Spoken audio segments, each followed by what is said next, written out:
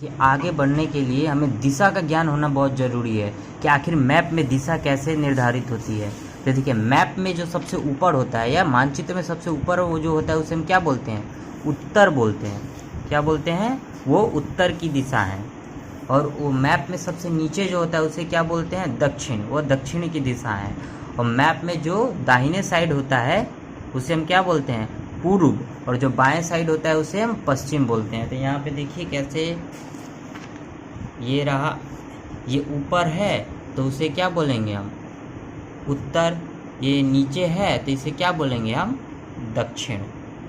और ये दाएं, ये जो दाएं साइड है इसे क्या बोलेंगे हम? पूरब। और ये बाएं साइड वाले को हम क्या बोलेंगे? पश्चिम। तो मैप में दिशा ऐसे निर्धारित होता है कि ऊपर वाला क्या हो गया? उत्तर हो गया। नीचे वाला क्या होगा? दक्षिण हो गया। दाईं साइड वाला दिशा क्या हो गया? पूरब हो गया। बाएं साइड वाला क्या हो गया? पश्चिम हो गया। आप देख सकते हैं मैप में। देखिए, ये ऊपर है तो इसे हम क्या बोलते हैं? उत्तर। ये नीचे इसे हम क्या बोलते हैं? दक्षिण। और ये दाएं साइड है इसे हम क्या बोलेंगे? पूर्व। और ये बाएं साइड है इसे हम क्या बोलेंगे? पश्चिम।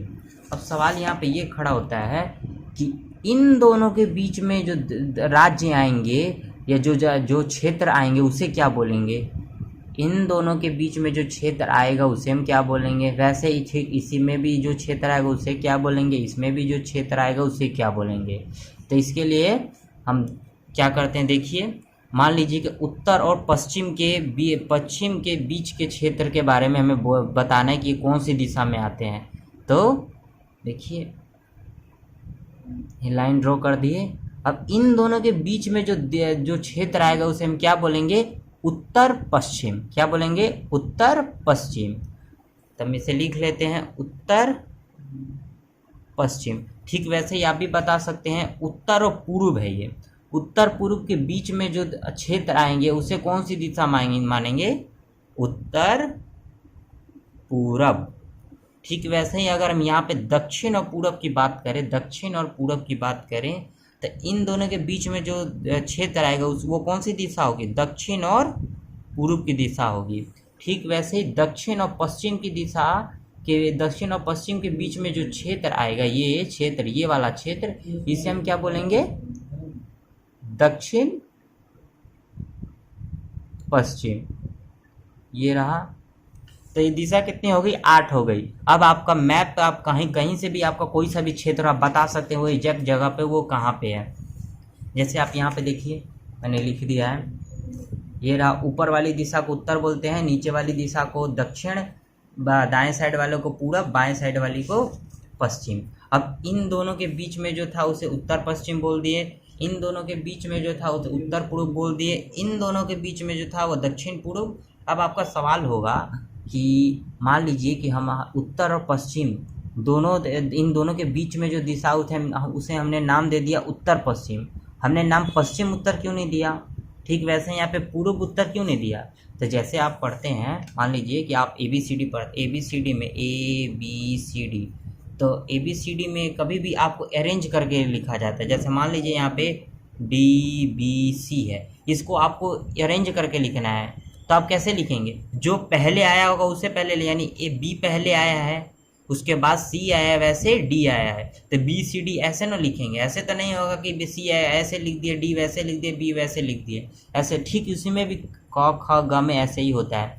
जो पहले आता है उसे पहले लिखते हैं। ये ऊ है, ये पहले आता है इसे पहले लिखते हैं, और प जो बाद में आता है उसे बाद में लिखेंगे। ठीक उसी प्रकार ऊ प में भी वही है। फिर यहाँ पे देखिए दक्षिण और पूर्व, तो दक्षिण क ख ग में द पहले आता है, प बाद में आता है, इसलिए दक्षिण पूर्व लिखा गया है। यहीं पे पश्चिम और दक्षिण में भी द पहले आता है, प बाद में आता है। यहाँ पे द प से नहीं, तो आप ऐसे भी बोल सकते हैं। अगर पश्चिम और दक्षिण के बीच में आपको दिशा बोलना हो तो आप पश्चिम दक्षिण भी बोल सकते हैं, लेकिन ये अच्छा नहीं लगेगा देखने में।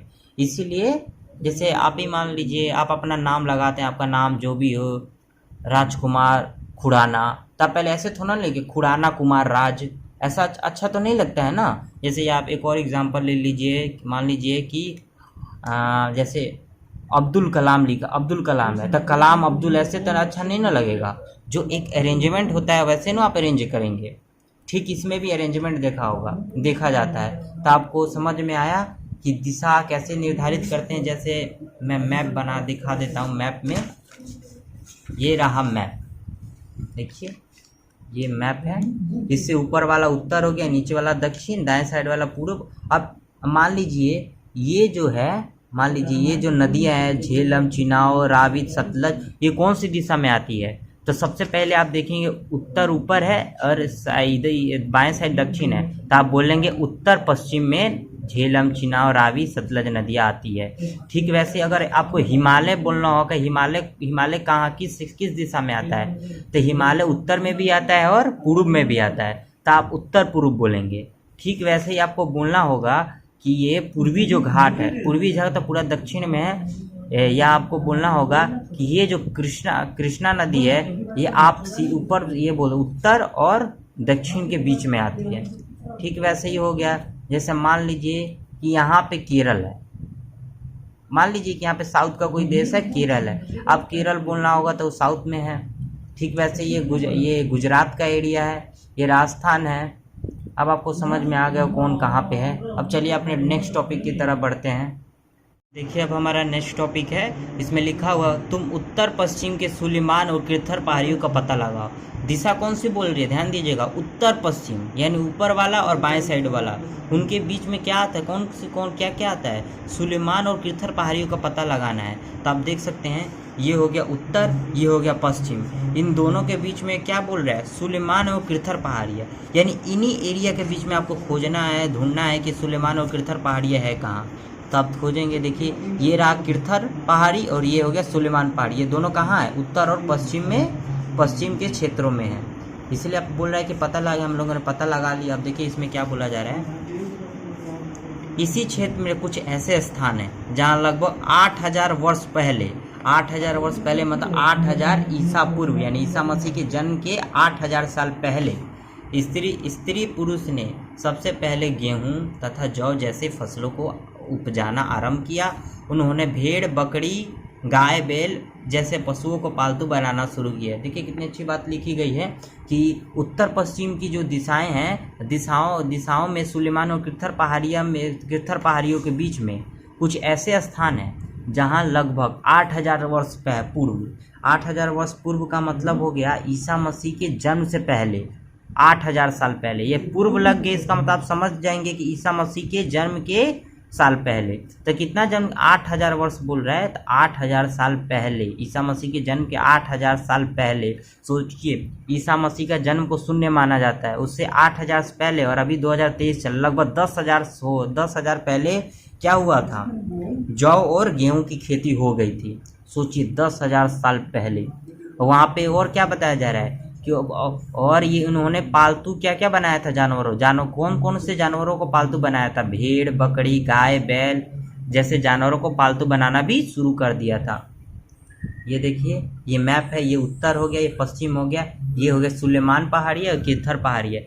इन्हीं के बीच में एक जगह, इन्हीं जगहों में सिंधु नदी आती है, ऊपर की तरफ है सिंधु नदी, सॉरी माफ़ कीजिएगा, सिंधु नदी यहाँ पे है, गलती से बोल दिया, सिंधु नदी ने एक तट आता है, उसी वहीं पे लोग रहा करते थे, यानी लोग का मतलब यहाँ पे स्त्री पुरुष दोनों को दे दे। उन्हीं लोगों ने सबसे पहले गेहूं की, जौ की उपजाया था। मान ली यहाँ पे ध्यान देने बात है, चावल नहीं उपजाया था, केवल जौ और गेहूं उपजाया था और उसी का फसल किया था। उन्होंने कौन कौन से जानवरों को पाला था, भेड़ को पाला था, बकरी को पाला था, गाय, बैल इत्यादि को पालना शुरू किया था। यहाँ ये जो सुलेमान और किरथर पहाड़ी है, ये करंट में पाकिस्तान में है, ये इंडिया में नहीं है, ये पाकिस्तान के इलाके में है। देखिए मैं दिखाता हूँ, ध्यान से देखिएगा, ये देखिए ये जो नीला वाला है वही आपका पाकिस्तान का मैप है, और ये जो इस कलर का जो है वो अफगानिस्तान का मैच है। तो आप देख लीजिए कि ये रहा सिंधु, ये रहा भारत, यहाँ पे है किरथर और यहाँ पे है सुलेमान पहाड़ी। आप देख सकते हैं, माफ़ कीजिएगा, तो हमें पता चल गया कि उत्तर पश्चिम में कौन सी पहाड़ियाँ हैं, सुलेमान और किरथर पहाड़ियाँ, जहाँ 8000 वर्ष पहले स्त्री पुरुष ने जौ और गेहूँ की खेती की थी।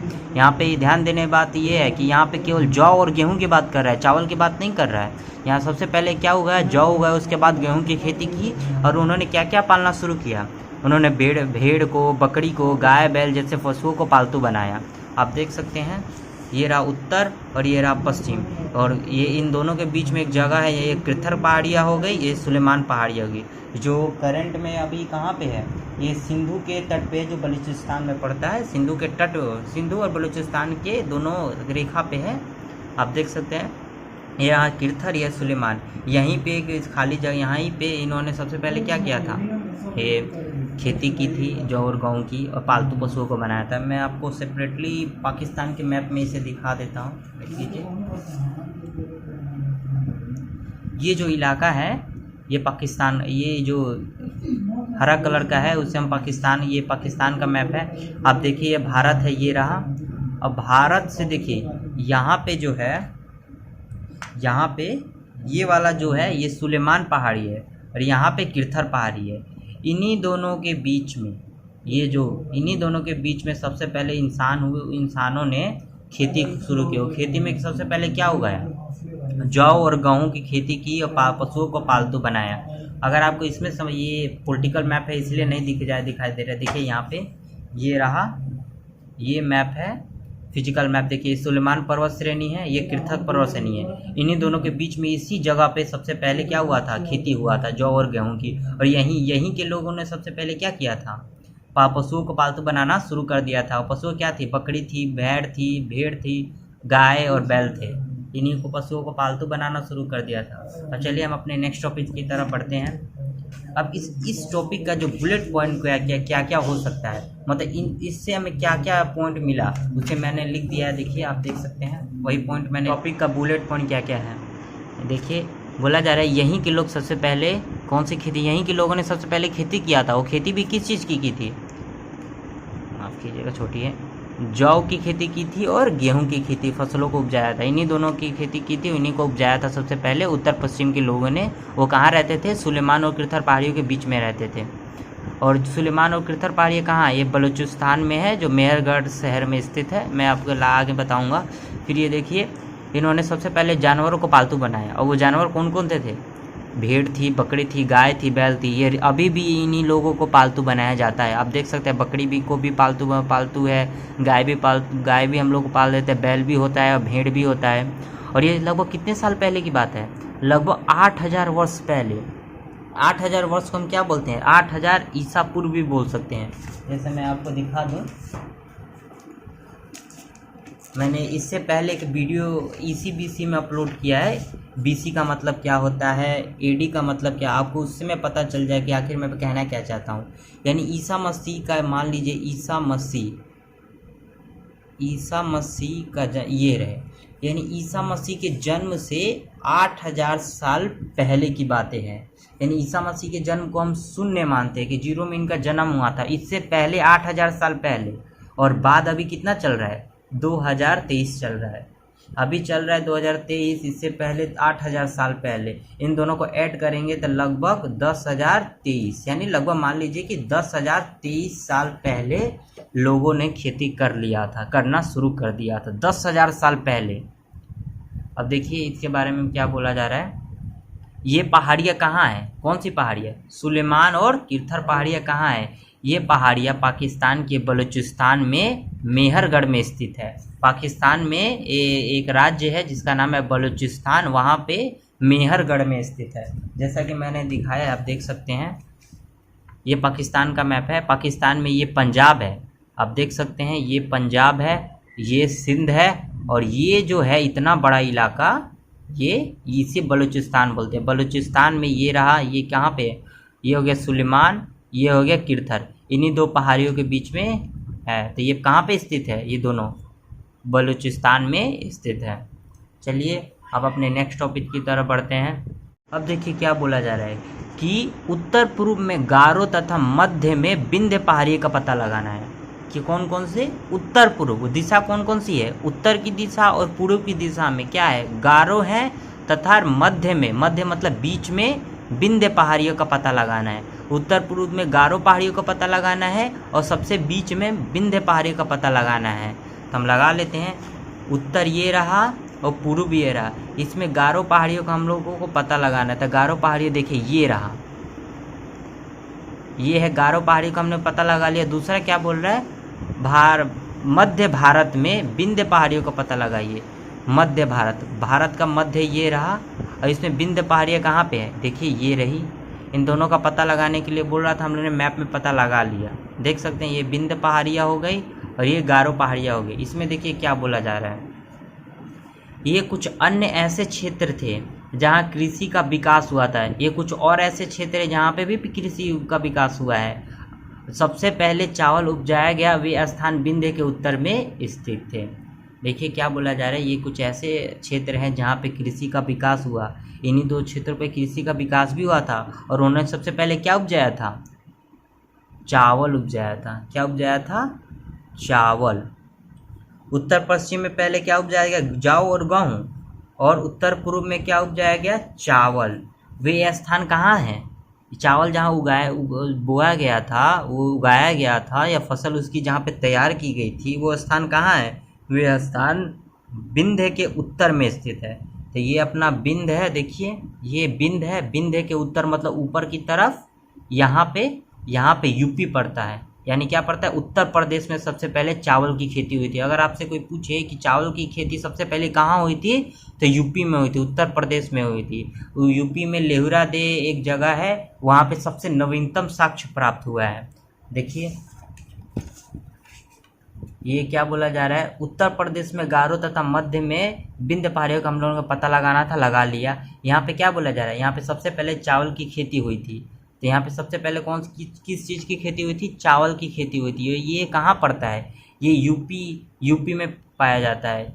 ये विंध्य चावल की खेती सबसे पहले कहाँ हुई थी, यूपी में। तो यूपी में कहाँ, यूपी के कोल्डिगवा तथा लेहुरा दे में इसका साक्ष्य मिला है कि सबसे पहले चावल की खेती भारत में यूपी में हुई थी। ये वाला इलाका जो था, ये वाला उत्तर पश्चिम जो सुलेमान और कृथर पहाड़ी थी, वो पाकिस्तान में है। रिसेंटली अभी कहाँ पे है, पाकिस्तान में, मैंने बताया था। लेकिन ये जो चावल की खेती हुई थी वो भारत में हुई थी। इसका साक्ष्य सबसे पहले कहाँ मिला था, भारत में मिला था। भारत में कहाँ मिला था, बोला जा रहा है विंध्य के उत्तर। देखिए यहाँ पे वे स्थान विंध्य के उत्तर में है। ये रहा विंध्य के उत्तर आप जाएंगे तो आपको यूपी मिलेगा, यानी उत्तर प्रदेश। और उत्तर प्रदेश के कौन सा जगह है, कोल्डिगवा है और लेहुरा दे। कोल्डिगवा में सबसे पुराना साक्ष्य मिला था, और लेहुरा दे में सबसे नवीनतम साक्ष्य मिला जाता। आपसे पूछा जाए कि चावल की खेती सबसे पहले कहाँ हुई थी, आप किसी से भी पूछ सकते हैं अपने क्लास के बच्चों से कि चावल की सबसे पहले कहाँ हुई, खेती कहाँ हुई थी, तो कोल्डिगवा में और लेहुरा दे में। अब ये मिला है। नेक्स्ट टॉपिक की तरफ बढ़ते हैं। अगर आपको इसमें कोई दिक्कत है आप पूछ सकते हैं कि सबसे पहले खेती, अगर आप माफ़ कीजिएगा, सबसे पहले पूछिए कि फसल कौन सा उपजाया गया था, तो आप पहले जौ बताएंगे, उसके बाद गेहूँ बताएंगे। और ये जौ और गेहूँ कहाँ पे स्थित है, जौ गेहूँ कहाँ पे इसकी खेती हुई थी, तो ये पाकिस्तान में। उस समय भारत और पाकिस्तान अलग नहीं था, वो दोनों एक ही थे। ये तो 1947 के बाद ही इसको बंटवारा किया गया, ये सब एक ही थे। लेकिन आपसे पूछा जाए कि अभी वो रिसेंटली में कहाँ है, सुलेमान और कृथर पहाड़ियाँ कहाँ है, तो वो पाकिस्तान में है। पाकिस्तान में कौन से ज़िले में है, तो बलूचिस्तान में है। क्या बोलेंगे, बलूचिस्तान। मैंने आपको पहले कॉपी में भी दिखा दिया था, आप उसको वीडियो के पीछे जाके आप उसे लिख भी सकते हैं। ये आपको लिखने के लिए मैंने बनाया है, नहीं तो मैं ऐसे किताब से ऐसे ही पढ़ा के निकल जाता। अब चलते हैं, आपके 2 और टॉपिक बचा है उसकी तरफ।